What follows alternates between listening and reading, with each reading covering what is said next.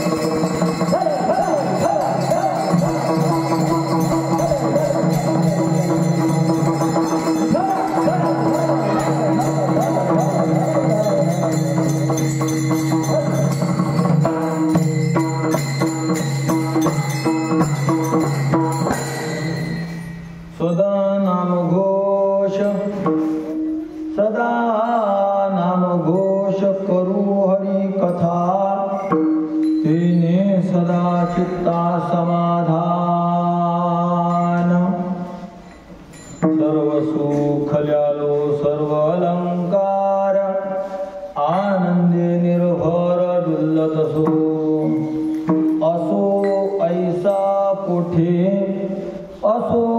ऐसा कोठे आठवची नाही देहीच विदेही भोगू दशा सर्व सुख ल्यालो सर्व अलंकार आनंदी निर्भर डुल्लत तुका म्हणे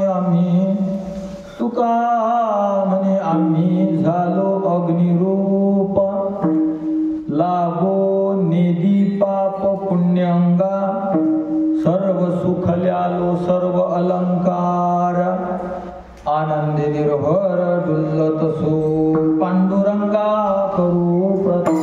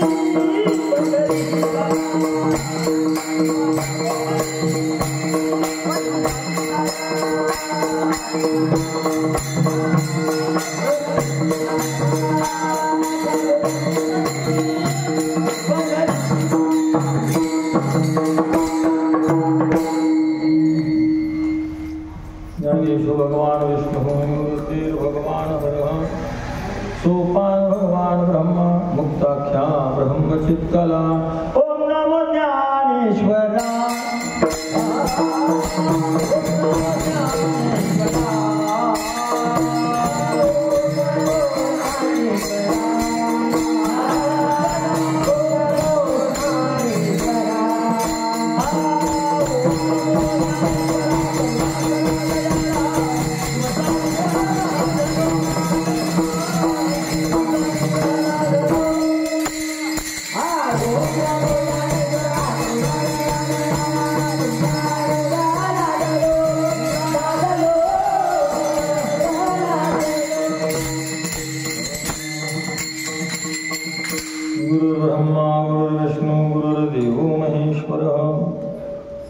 साक्षात् परब्रह्म तस्मै श्री गुरवे नमः। तेरे मी जे बोले ते प्रभू तुमचे शिकविले म्हणून अवधारी जो आपुले आपण देवा मस्तक माझा पाया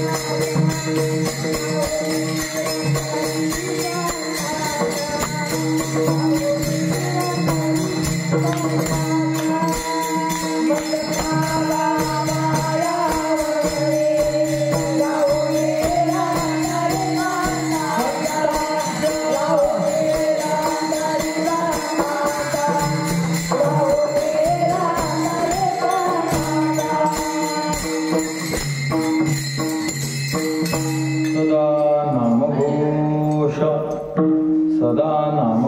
करू हरी कथा तेने सदा चित्ता समाधान सर्व सुख ल्यालो सर्व अलंकार आनंदे निर्भर डुल्लत सो.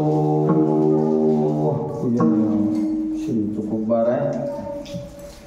प्रस्तुत या अभंगाच्या माध्यमातून आपल्या पूर्ण जीवनाची, आपल्या सिद्ध जीवनाची, आपल्या साध्यापर्यंत पोहोचलेल्या जीवनाची मीमांसा करतात.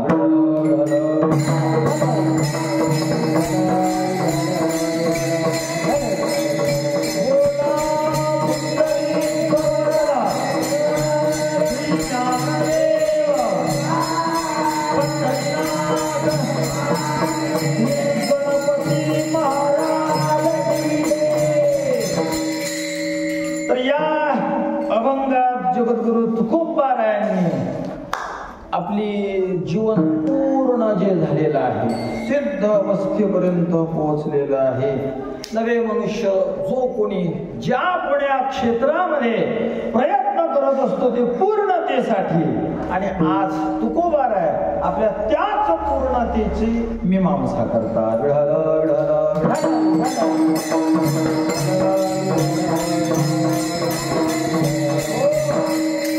आज आपण आपल्या ज्या आश्रमामध्ये या अभंगाच्या चिंतनासाठी प्रवृत्त झालोय, त्याचं कारण असं आहे की आज गणपती बाप्पाचं आगमन झालंय. गणपती बाप्पाला अग्रपूजाचा मान आपल्या वैदिक सनातन धर्मामध्ये, कंसामध्ये हिंदू धर्मामध्ये, कंसाचं नाव हिंदू धर्म आहे, आपल्या धर्माचं शास्त्रीय नाव हिंदू असं नाही. हिंदू हा शब्दशास्त्रीय नाही असं नाही, हिंदू शब्दशास्त्रीय आहे, पण या धर्माचं नाव मात्र हिंदू नाही. या धर्माचं नाव वैदिक सनातन धर्म. वैदिक याच्यातून त्याचं प्रामाण्य सिद्ध झालं आणि सनातन म्हणण्यामध्ये त्याचं अनादित्व सिद्ध झालं.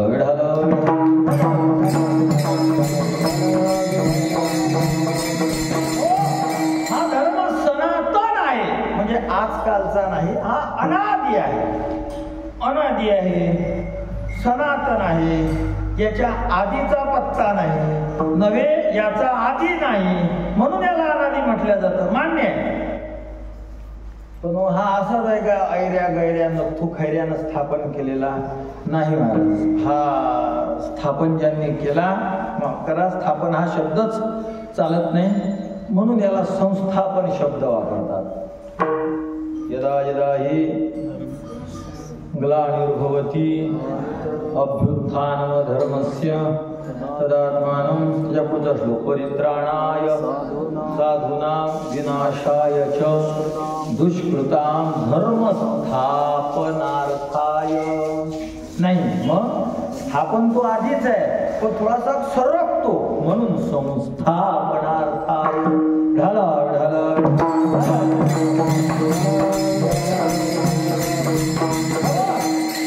जसं बेंबीची गाठ सरकते, ती सरकते, मग जे जाणते असतात त्यातले ते काही इथं दिवा ठेवतात, त्याच्यावर मला वाटतं का तांब्या वगैरे ठेवतात आणि त्याला उचलतात, मग ती गाठ हिशोबावर येते. किंवा अजून काही त्याचे गाठ सरकली ओळखण्याच्या काही खुणा असा एक विशिष्ट दोर घेतात, तो स्तनापासून मधल्या बोटाला लावतात आणि तोच दोर या बाजूला लावतात. जेवढंच तेवढं अंतर भरलं तर गाठ व्यवस्थित आहे, जर अंतर कमी जास्त झालं तर गाठ सरकली. मग गल्लोगल्ली असतात ते लोक त्या गाठीला व्यवस्थित करणारे, पण ते जे व्यवस्थित करतात ते त्या गाठीला निर्माण नाही करत, त्या गाठीला फक्त ठिकाणावर आणतात. म्हणजे गाठीची स्थापना नाही करत, स्थापना आधीच झालेली, गाठीची फक्त संस्थापना करतात, तिच्या तिच्या जागेवर नेतात. तसं आमच्या धर्माची स्थापक नाही कोणी, संस्थापक भगवंत आहे. तर वैदिक सनातन धर्म हा कोण्या ऐऱ्या गैऱ्यापासून नाही, हा वैदिक आहे. म्हणजे वैदिक असल्यामुळे वेदाचं प्रामाण्य आहे, मग वेद अनादी आहे, याचा अर्थच हा धर्मही अनादी आहे. आणि असा हा वैदिक सनातन धर्म, या धर्मामध्ये सगळ्यात मोठी भावना आहे कृतज्ञतेची. मग कृतज्ञतेची भावना असल्यामुळे या धर्मामध्ये अगदी खुरप्यालाही पुजतात, कुदडीलाही पुजतात, बैलालाही पुजतात, जनावरालाही पुजतात. अगदी कुंभारानं जर नवं गाढव घरी आणलं तर त्या गाढवाची सुद्धा तो कुंभार मामा कुंभार मामा त्या गाढवाची सुद्धा काय करतो, पूजा करतो.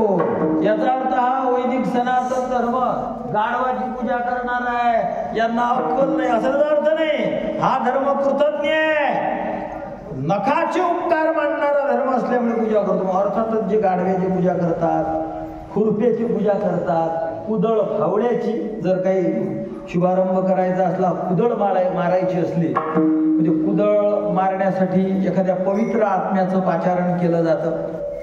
एखादा नेता, एखादा पैशावाला, एखादा दुकानावाला, पैशावाला दुकानावाला, मग त्याचं बोलावल्या जातं त्याला.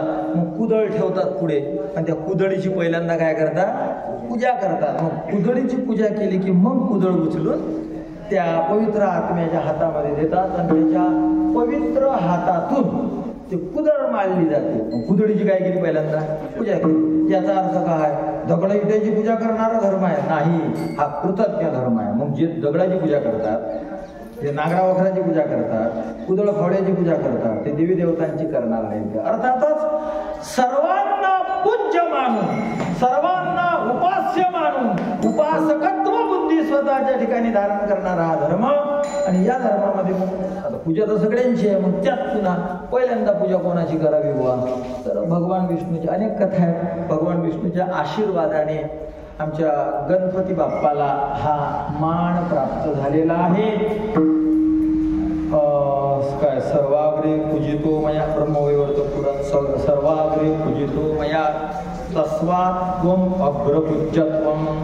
मी सर्वात पहिल्यांदा तुझी पूजा केली म्हणून तू आजपासून अग्रपूजेचा मानकरी होशील. भगवान विष्णूला कधी पूजलं व त्याला काय प्रसंग होता, काय कथा आहे सांगा की जरा, ऐका की जरा. विढाला विढाला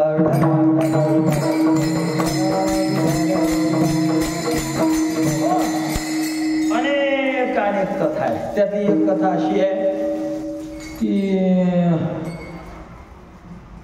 औरस पुत्राचा जसा जन्म होतो तसा गणपती बाप्पाचा जन्म झाला. बाळ झालं पार्वती मातेला.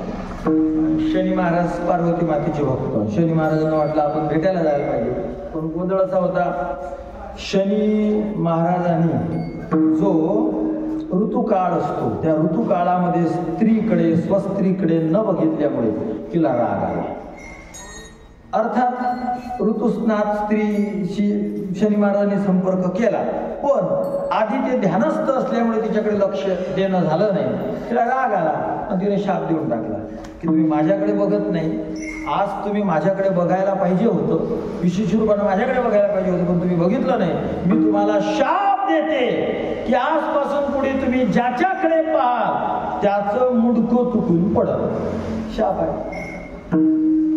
स्वीकारला शनी महाराजांनी. तेवढ्यामध्ये गणपती बाप्पाचा जन्म झाला. कसं जावं, पण मग नाही जावं तर कसं करमावं.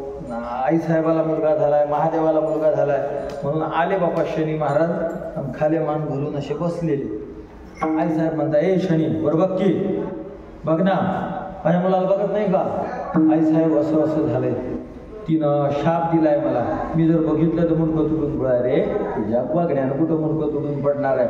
तिथला नियम आहे, जो जे कर्म करील तो भोगल. कर्माप्रमाणे चालतं, सगळे नियम तिथं ठरलेलं आहे. तुझ्या बघण्यानं काही नाही होणार.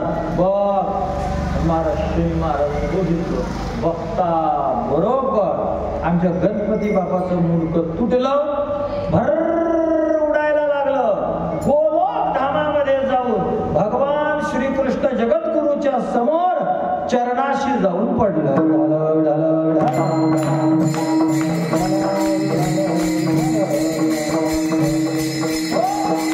भगवान गोपाल कृष्णामध्ये ते विलीन झालं. पार्वती माते आला ना राग, बघितलं शनीकडे, शरीरच समाप्त झालं. शनीचं नजर वरपान शरीरच गायब. शरीराला अंग म्हणतात आणि नाहीला अन्न म्हणतात. अंग अनंग म्हणून शनी महाराजांना तेव्हापासून नाव पडलं अनंग महाराज. काय काय काय पुन्हा नंग नाही, नुसतं नंग कुठं म्हटलं मी, अनंग महाराज. ढाला ढाला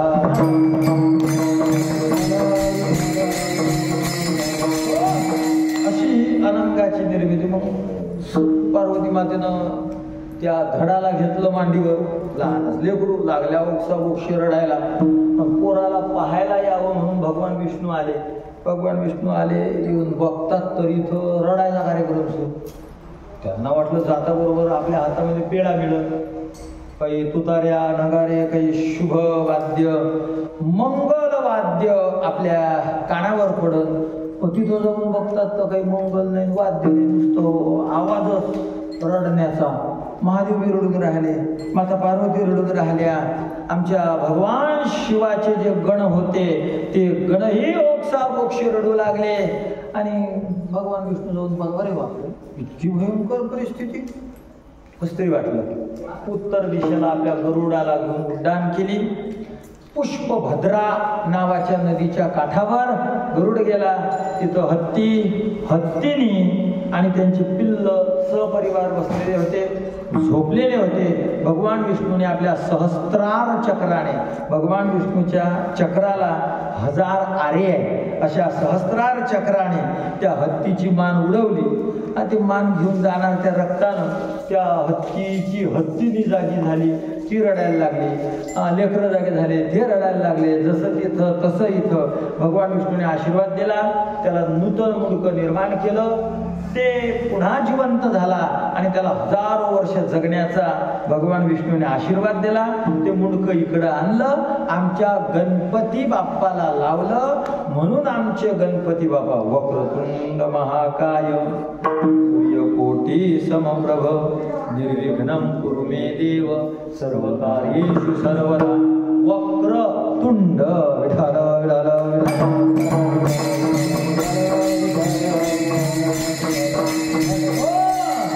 गजानन.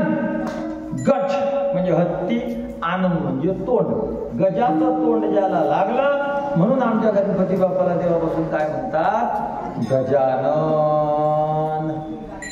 किंवा सोंडीमुळं ते सोंड इकडं तिकडं फिरते, वाकडं तोंड वाकडं म्हणून वक्र तुंड असे आमचे गणपती बाप्पा. आणि आज ते आलेले आहे. लोकमान्य टिळकांनी या उत्सवाला सार्वजनिक केलं. तसा हा उत्सव पूर्वी सुद्धा होत होता, पण टिळकांमुळे या उत्सवाला खूप विशेष अनन्यसाधारण महत्त्व आलं. आणि हा जो उत्सव आहे, या उत्सवाला सामान्य समजू नका. या उत्सवाचा वापर करून आमच्या क्रांतिकारक मंडळींनी स्वातंत्र्याची ठिणगी टाकली होती. आमच्या क्रांतिकारक मंडळींनी या उत्सवाचा वापर करून स्वातंत्र्याविषयी जगाला जागं केलं होतं. स्वातंत्र्याविषयी लोकांना उद्बोधन केलं होतं. म्हणून हा गणपतीचा उत्सव आपण आता जे काही पारतंत्र्य आपल्यावर असेल, विकारांचं पारतंत्र्य असेल, कामाच्या पारतंत्र्यात आपण असू, क्रोधाच्या पारतंत्र्यात आपण असू, लोभाच्या पारतंत्र्यात आपण असू, मदाच्या पारतंत्र्यात आपण असू, मत्सराच्या पारतंत्र्यात आपण असू, आणि सगळ्यात महत्त्वाचं विद्यार्थ्यांवर येणारं पारतंत्र्य आळसाचं पारतंत्र्य. जर आळसाच्या पारतंत्र्यात आपण असू तर त्या पारतंत्र्याच्या विरोधात स्वतंत्र होण्यासाठी या गणपती उत्सवाचा वापर करा. आमचे तुकोबारा म्हणतात, आळस सगळा नाश करून टाक. माग लागला न संडी, आळस माती झाली कोटी, आळस माती झाली कोटी, आळस माती झाली कोटी.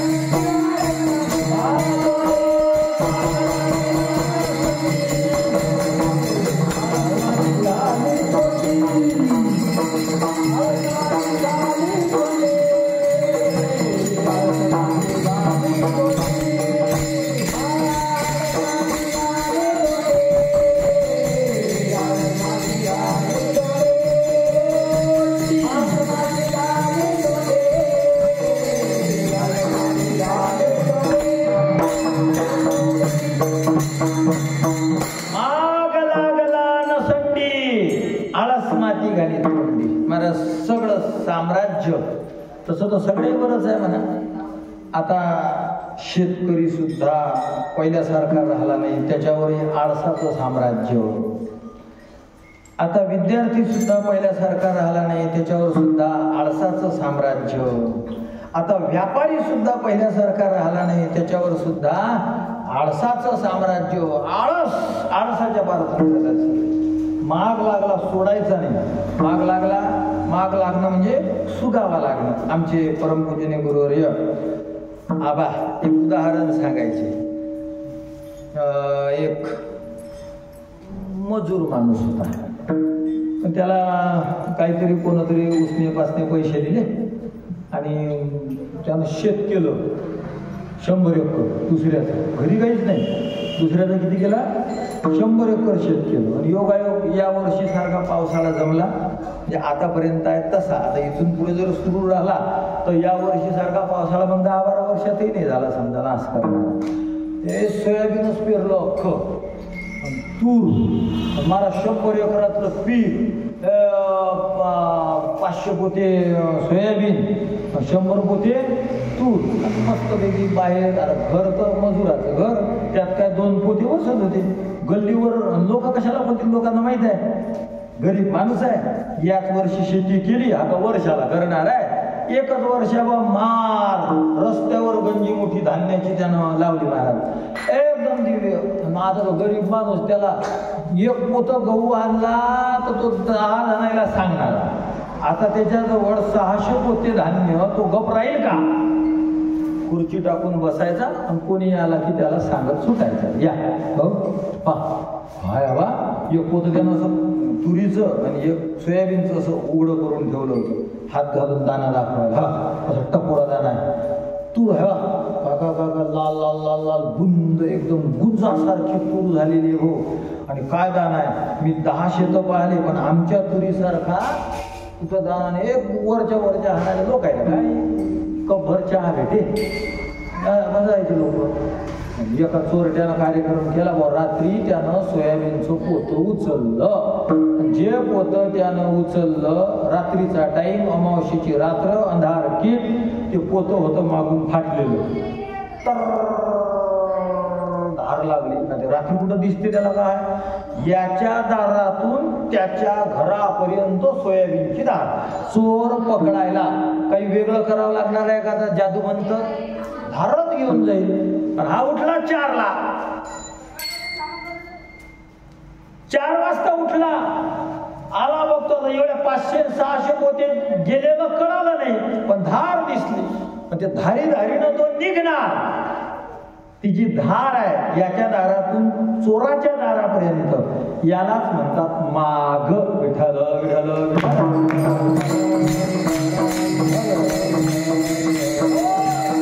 माग लागला.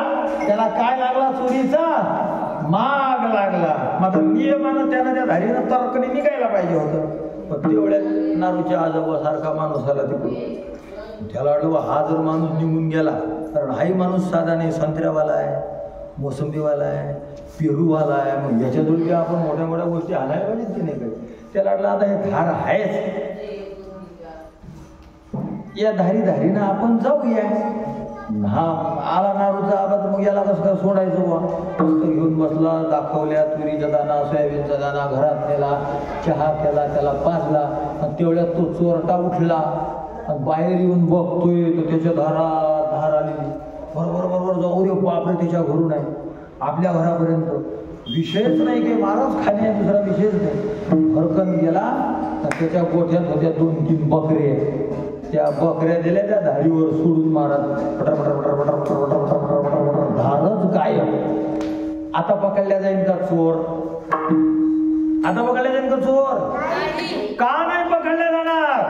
कारण जो घरमालक होता त्याला चोरीचा मागही लागला, पण त्यानं तो सोडला. माग लागलेला जर सोडा म्हणजे आळस कराल तर तोंडात माती जाईल. माती माग लागला न संडी, आळस माती घाली तोंडी. विढाला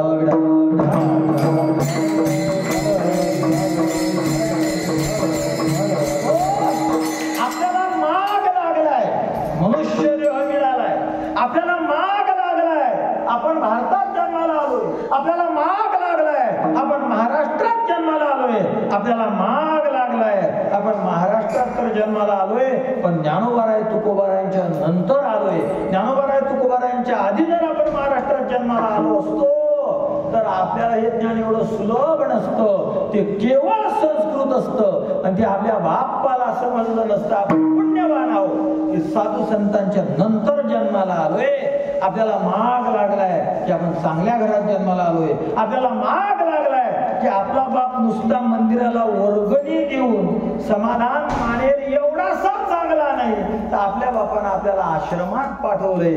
आपल्याला माग लागलाय की आपल्याला आता योग्य ठिकाण आहे की नाही तो तुमचा विषय, पण आश्रमात पाठवलंय, अभ्यासाच्या ठिकाणी पाठवलंय. आणि आपण जर हा करत नसू एवढा माग लागून तर आळस माती तोंडी. जसं इंग्रजांचं पारतंत्र्य होतं त्यातून स्वतंत्र होण्यासाठी एल्गार केला टिळकांनी. या गणपती बाप्पाच्या निमित्तातून आपण सुद्धा आळसाच्या, कामाच्या, क्रोधाच्या, लोभाच्या पारतंत्र्यातून स्वतंत्र होण्याचा आज गणपती बाप्पाच्या या पहिल्या दिवशी एल्गार करू. विढाला विढाला विढाला.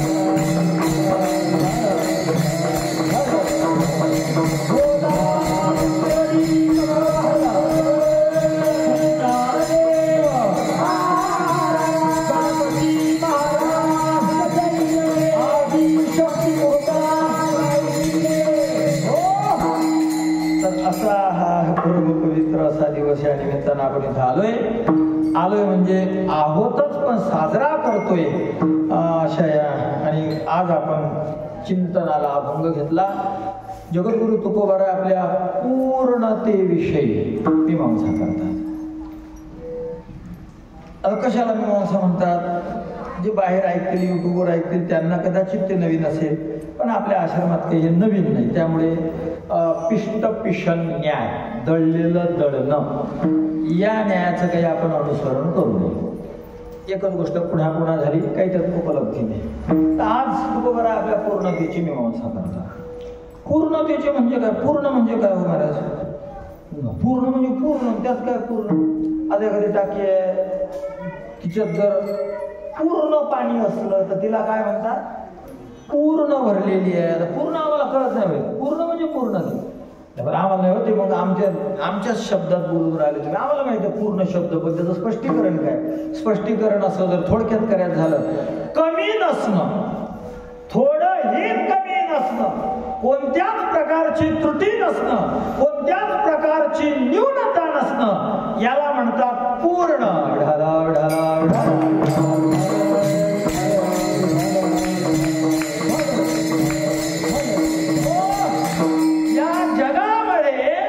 तशा सगळ्या वस्तू पूर्ण अपूर्ण प्रकार आहे, तसे जगण्याचाही प्रकार आहे. एक पूर्ण जगण्याचा प्रकार आणि एक अपूर्ण जगण्याचा प्रकार. म्हणजे काय? म्हणजे काही लोक जे जीवन जगतात ते अपूर्ण जीवन जगतात, काही लोक जे जीवन जगतात ते पूर्ण जीवन जगतात. अपूर्ण जीवन म्हणजे मग कसं महाराज?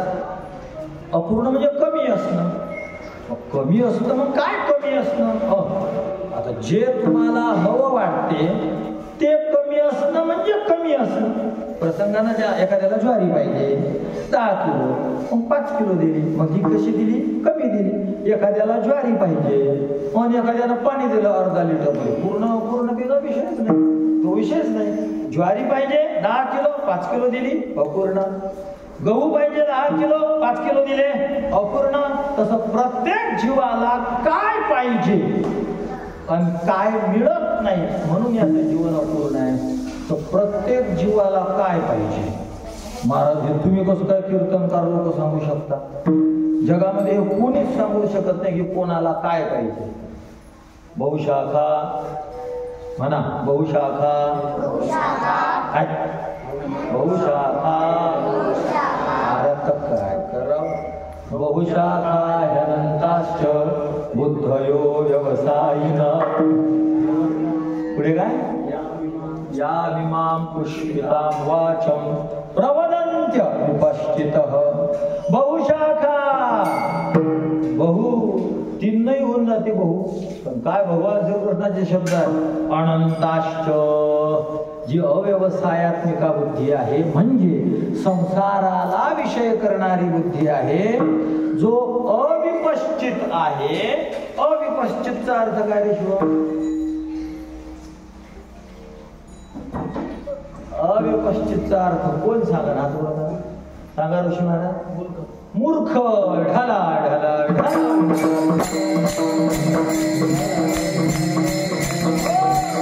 जो अविपश्चित आहे, मूर्ख आहे, त्याच्या बुद्ध्या अनेक आहेत आणि अनंत त्या बुद्धीचे विषय आहेत. त्यामुळे सगळ्यांना काय पाहिजे हे जगातलं कोणीच नाही ना सांगू शकत. एखाद्याला विचारलं हो तुला काय पाहिजे, तो म्हण काल केली होती बर्फी, एकच टाइम भेटली, संध्याकाळी बाकीच्या मुलांना मिळाली पण मी काही नव्हतो, त्यामुळे मला एक तरी मिळायला पाहिजे. दुसऱ्याला विचारलं हो तुला काय पाहिजे, तो म्हणला ती बर्फीच माझ्या खोलीत ठेवलेली होती, खाऊन खाऊन तोंड इकडलं, मला हिरव्या मिरच्याचा ठेसा. तिसऱ्याला विचारलं हो तुला बी हिरव्या मिरच्याचा ठेसा पाहिजे का? नाही ठेसा खायचा मी 2 महिने झाले जाऊन राहिलो, आता कायचा ठेसा बिसा द्यायचा. मग तुला काय पाहिजे मग ते सांग. तो म्हणजे मला मुगाची डाळ पाहिजे. मग तिसऱ्याला विचारा जगामध्ये असे माणसं भेटतील काय की सगळेजण म्हणतील हो मला हेच पाहिजे हेच पाहिजे, सगळेजण एक सांगतील, असं होईल काय? आता तुला काय पाहिजे?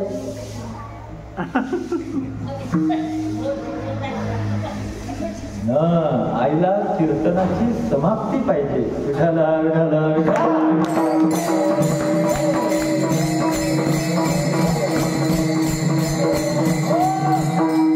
कोणाला काय पाहिजे, कोणाला काय पाहिजे, प्रत्येकाचं वेगळं वेगळं असणार आहे. किरण महाराजला विचारला काय पाहिजे, वेगळं सांगते. ऋषी महाराजला विचारला काय पाहिजे, वेगळं सांगते. उदय महाराजला विचारला काय पाहिजे, वेगळं सांगते. प्रद्युम्न महाराजाला विचारा काय पाहिजे, वेगळं सांगते. बापू महाराजला विचारा काय पाहिजे, हे वेगळं सांगते. परमेश्वर महाराजाला विचारा काय पाहिजे, माहित आहे आपल्याला, मग ते मी वेगळं सांगते. झाला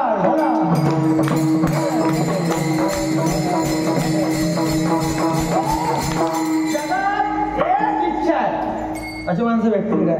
किंवा सगळे न एकच सांगितलं. आपण विचारतो का रे काय करायचं, जोऱ्यानं आवाज द्या, ज्याचा आवाज येईल ते करू आपण. बर्फी गुलाबजाम जिलेबी सगळेच आवाज येतात. आता तुम्ही तर म्हणून राहिले महाराज इथं इच्छा अपुरी न राहणं, जे पाहिजे ते मिळणं याला पूर्ण म्हणतात आणि जे पाहिजे ते न मिळणं याला अपूर्ण म्हणतात. मग जग अपूर्ण आहे, जगातले लोक अपूर्ण जीवन जगतात, त्यांना पाहिजे ते जगातल्या कोणाला पूर्ण मिळालेलं नाही हे मान्य आहे आम्हाला. पण सगळ्या जगाला काय पाहिजे तुम्हाला काय माहिती करून प्रत्येकाची बहुशाखा आहे. कामात मान स्वर्ग परा असे माणसं आहेत, वेगवेगळ्या इच्छा व्यक्त करतील. काय पाहिजे महाराज, हे वरून दिसणार वेगळं आहे पण आतून सगळ्यांना एकच पाहिजे. विढाला विढाला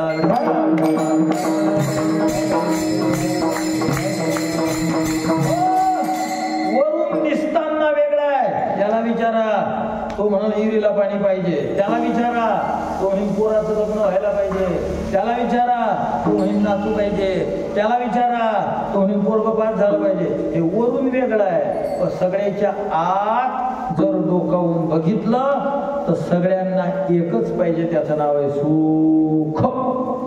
त्याचं नाव काय आहे? सुख. कारण बर्फी खाऊन मी सुखच मिळतं म्हणून बर्फी पाहिजे. एखाद्याला वाटतं मग ते खाऊन मला सुख नाही मिळणार, मला जिलेबी खाऊन मिळणार, तर जिलेबी. एखादा म्हणजे जिलेबी बासुंदी काय सकाळपर्यंत, माझी इरखंड चालू आहे आणि आज आळवे बोर घेणं चालू आहे. जिलेबी बर्फी तुझ्याच मड्यावर घाल बापा, माझा बोर सक्सेस झाला पाहिजे. म्हणजे बोरच्या माध्यमातून त्याला काय पाहिजे? सुख पाहिजे. पण महाराज ही इच्छा जोपर्यंत तुम्ही संसारिक म्हणून जगता तोपर्यंत कोणाचीच पूर्ण होत नाही. एक सारिता एक जर तुम्ही ना दूर केलं संकट तर दुसरं संकट करून समोर उभं राहतं. त्यामुळे हे अपूर्ण जीवन जगणाऱ्याचा हा आपला वर्ग आहे. तुकोबार आहे पूर्ण जीवन जगणाऱ्याचा वर्ग आहे. तुकोबार पूर्ण जीवन जगले किंवा जगतात हे तुम्हाला कसं काय कळालं? कारण सगळ्यांना कशाची भूक लागलेली आहे? सुखाची. आणि ते कोणाची इच्छा पुरी होत नाही म्हणून ते जीवन कसं आहे? अपूर्ण आहे. आणि तुकोबारायांचं जीवन पूर्ण आहे. आनंदे निर्भर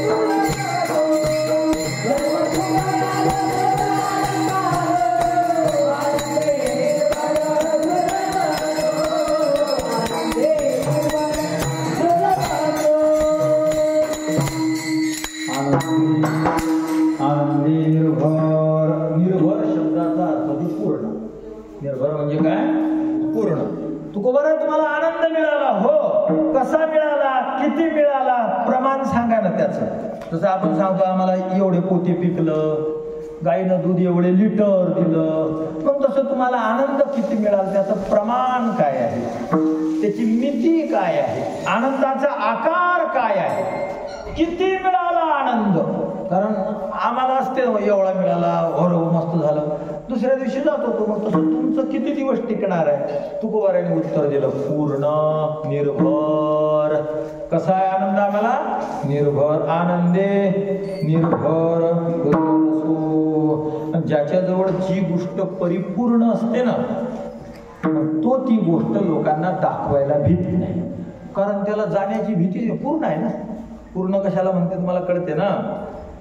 ज्याला गुणलं, भागलं, वजा केली, बेरीज केली, ज्याच्यात काही फरक पडत नाही, त्याला पूर्ण म्हणतात. आणि हा परमात्मा पूर्ण आहे. ओम पूर्णमद पूर्णमिदं पूर्णात् पूर्णमुदच्यते पूर्णस्य पूर्णमादाय पूर्णमेवावशिष्यते पूर्णस्य पूर्णमादाय.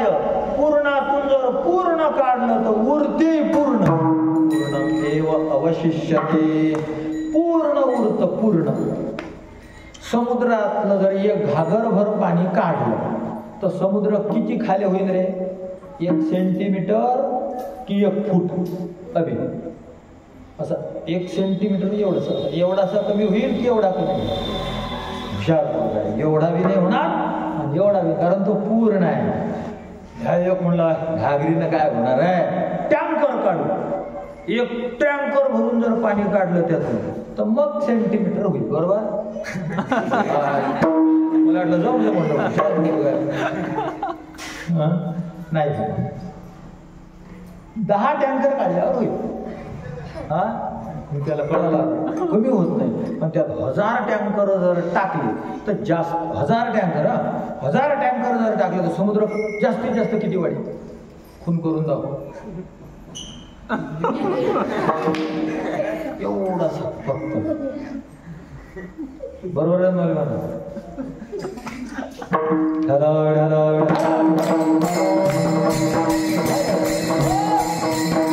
श्रीराम एवढा की एवढा सांग बरोबर? 1000 टँकर आहे. तिला सांग एवढा त्याचा एवढा किती लहान, म्हणजे दुर्बिणीनं पाहावं लागलं.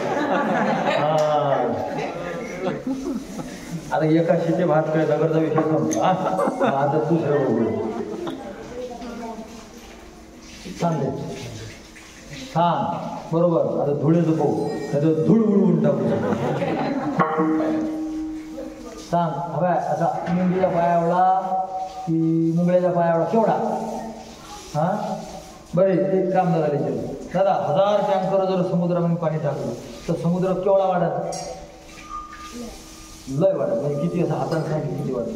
एवढा मोठा वाढत. तर आपण जाण्याचाही प्रोग्राम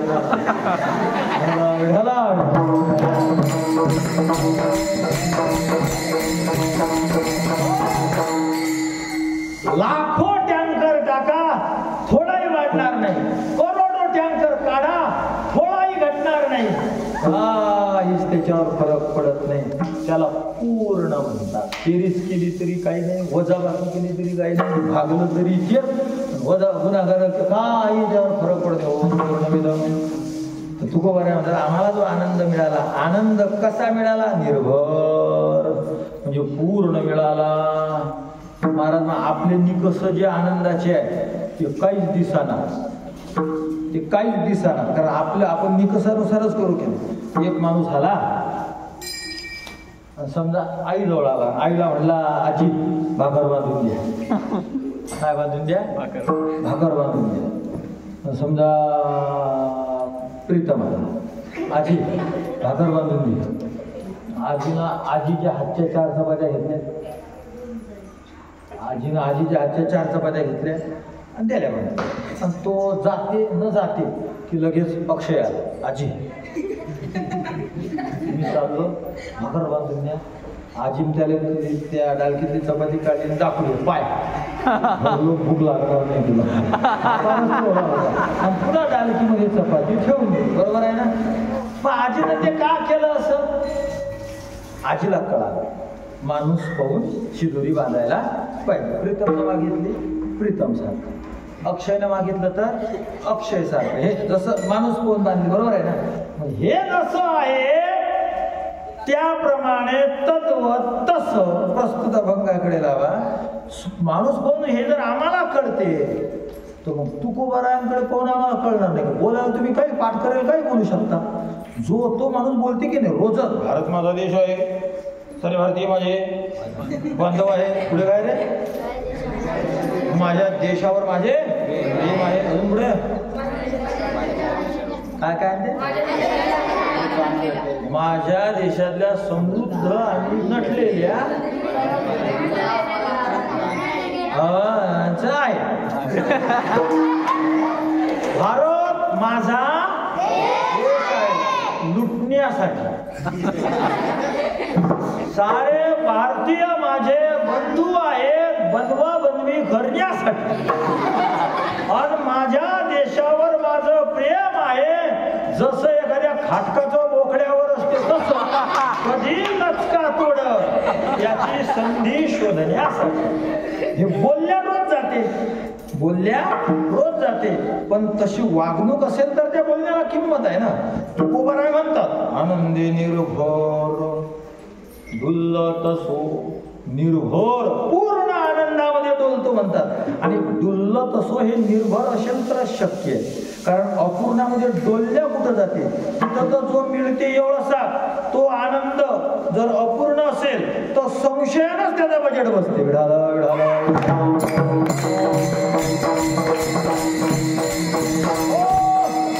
एखादा सोन्याची चोरी करून राहिला 1 किलो सोनं. किती किलो सोना? 1 किलो. पण काय था आनंद?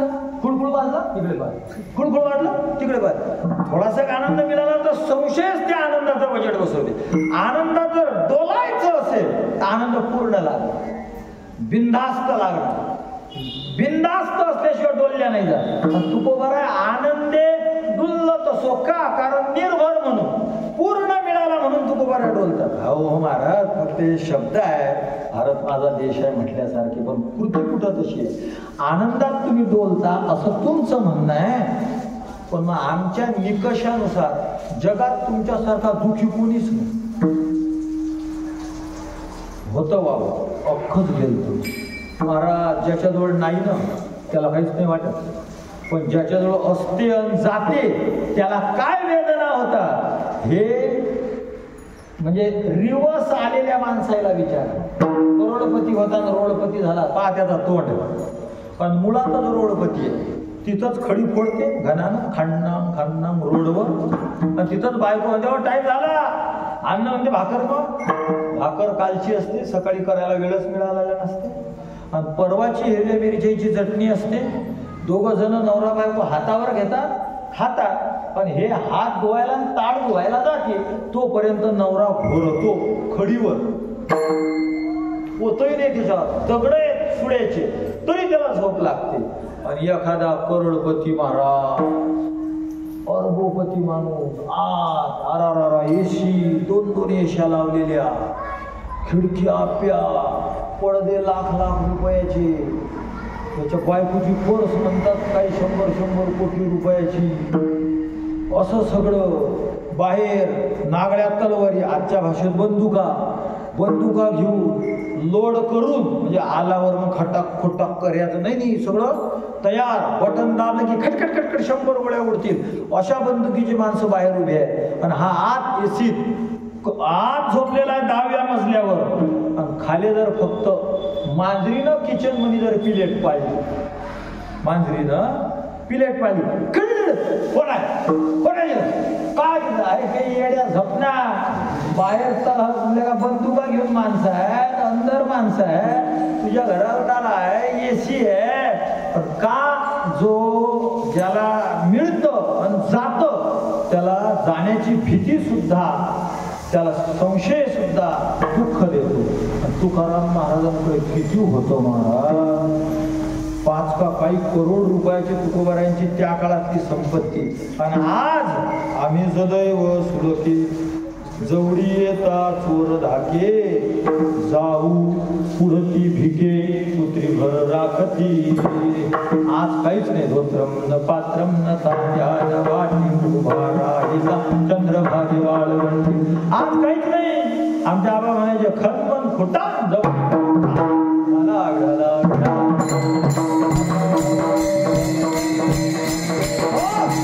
आज काहीच नाही. आणि तू कोबरा म्हणतात निर्भर नाही महाराज. माझ्या विरुद्ध हा एकर आहे, फुल बागायत आहे, रब्बी आणि खरीप दोन्ही करतो. 4 मोटारा लागल्या विहिरीवर, 4 जणांना पाणी देतो. पण अजून आमची विहीर 1 फूट खाली गेली. आमच्या आबालाही पाहिलं नव्हतं, मी बघितलं नाही, मला वाटत नाही माझा पोरगा पाहिजे. तरी महाराज आम्हाला लय टेन्शन आहे. हो रच्या पुढे डन, रच्या पुढे डन, रच्या पुढे डन, रडच रड आहे. तुमच्या समाधानाचं कारण काय? इतके खुश तुम्ही कसे? याचं उत्तर सदा नाम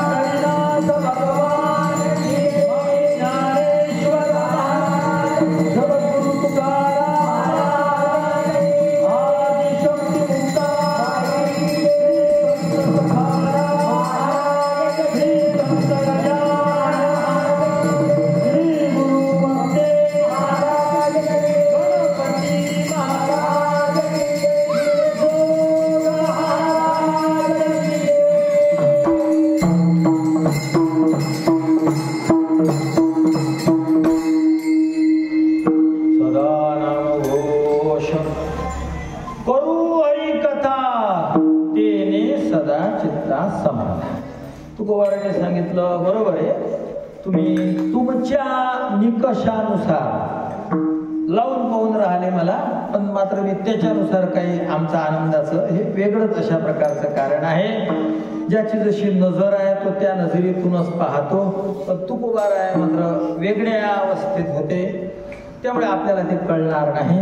मग तुकोबारांनीच कारण सांगितलं, सदा नामघोष करू हरिकथा तिने सदा चित्ता समाधान. तर नामाचा तुकोबारांनी समाधानाशी संबंध जोडला.